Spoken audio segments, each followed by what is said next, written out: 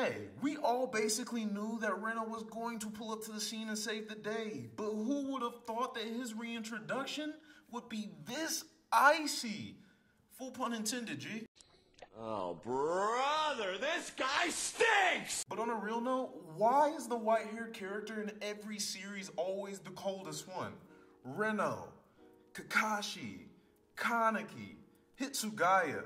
I was gassed to see Reno finally pull back up in this chapter and allow Kafka to go towards number 9 and hopefully stop 9 from fully absorbing Mina. This was the first time that we have seen Kafka and Reno in the same chapter in God knows how long, bro. And I know y'all were just as lit as I was to see both of them in the same chapter together, man. But I'm getting ahead of myself as always, so let's get into it.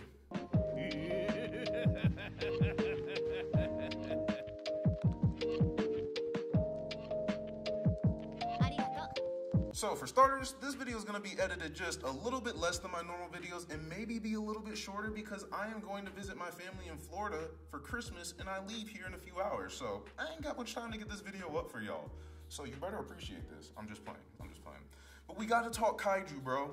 I think that chapter 99 set chapter 100 up to be the most hyped chapter that we have ever had in this series, bro.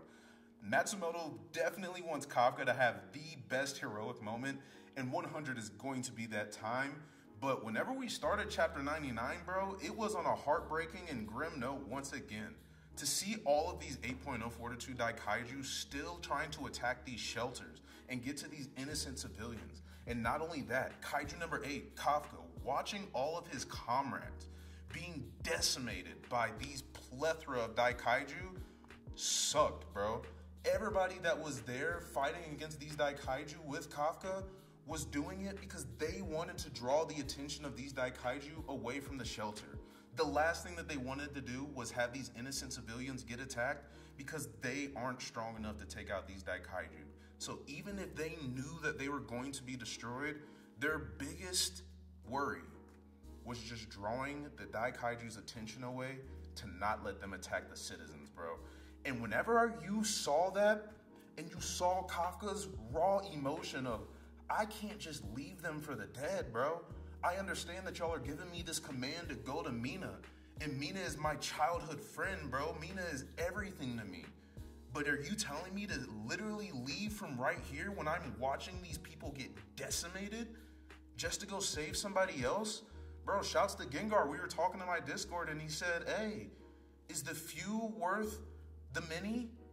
Can you really leave the many to go save the few? That is hard to do, man. And whenever you fully put all of it together and you ask yourself, what would you do? It's hard to know, bro. Because not only does he want to go protect Mina, his boo, his friend, but at the same time, bro, these people are also fighting alongside him. They're trying to protect the same citizens that he also wants to protect. That same little girl that said, Mr. Kaiju, thank you for protecting me in chapter 2. Those are the kind of people that Kafka wants to protect, bro. So it makes sense why there was such an inner struggle right here. And it hurt even more to see our scientist, Kurusu, saying, bro, this sucks that Kaiju number 9 is streaming this to everybody.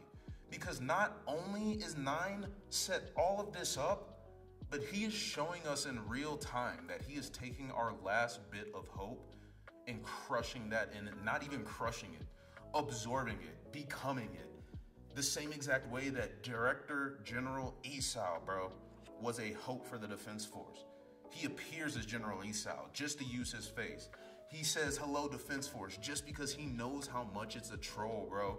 This is all in number 9's plans, man.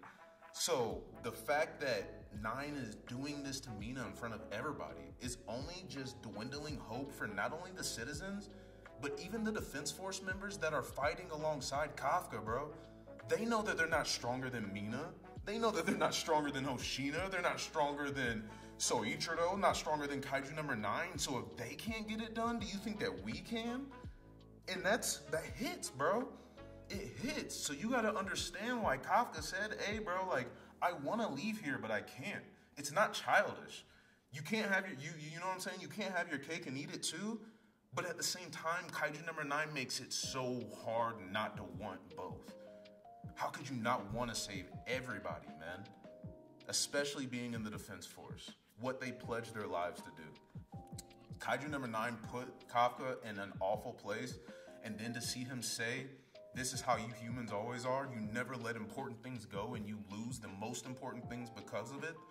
Bro, and then watching him just fully absorb Mina and say, "Hey, just seethe, I win." I was like, bro, hey, 9 has not disrespected anybody in this series more than freaking Mina. And I don't know why he is disrespecting Mina the way that he is. I don't know if it's strictly just to get even more underneath everybody's skin, to show that if this is the peak of the Defense Force, look at what the peak of Kaiju is doing to the peak of the Defense Force. Maybe that's what, like, that's why he's disrespecting her so much.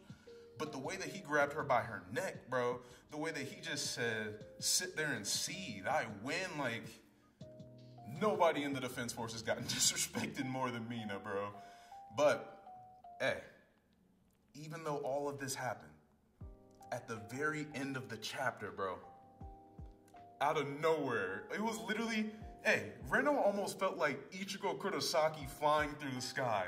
Whenever Ichigo Kurosaki is flying and they're saying, "Bro, what is this spiritual pressure? What is this I feel being emitted?" They felt Reno's freaking Daikaiju, whatever you want to call it, aura emitting from the sky, and to see that still panel of Kafka sitting there, wondering what force he's feeling, only for Reno to freeze all those Daikaiju in the background, and Kafka's still in that same stance. Bro. When Reno gets animated doing this, it is going to be gas, man. It is going to be one of the most amazing animated moments ever, bro. Seeing panels like this and moments like this get me so hyped. And even Kafka didn't even know exactly what it was because he hasn't been there training with Reno. So he felt that sudden chill and was like, "Bro, what is this, Nani?"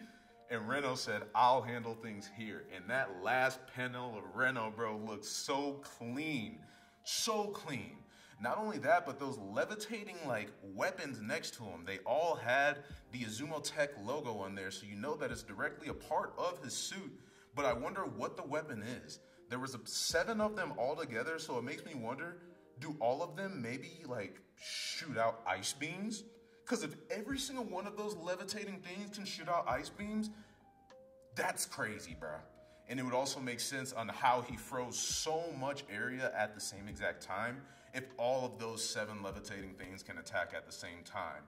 But bro, Reno looked good here. Reno looked good. And not only that, like I said, this is setting things up for hopefully Kafka to be able to pull up and stop 9 from fully absorbing Mina. The way that I see it is, that like Venus flytrap looking thing that comes out of 9 to absorb people, whenever it absorbed Isao, that absorption happened mad quick, bro. It absorbed him, and then literally like a page or 2 later, Narumi and Kafka pulled up, and number 9 was already like Isao and 9 put together. So I'm hoping that right now, as long as like that cocoon looking thing and number 9 are separated from each other, they have not become fused in one yet. What I'm hoping is that right as soon as Kafka, number 8, gets this word from Reno of "Go, I'll handle things here," we've seen how quick he can cover ground. So I'm hoping that he can cover ground. Dang, y'all just saw me trip, bro. My dog was right underneath me and I literally just almost fell. But I'm hoping that Kaiju number 8 can zoom to number 9 fast enough and like chop that Venus flytrap looking thing off of it.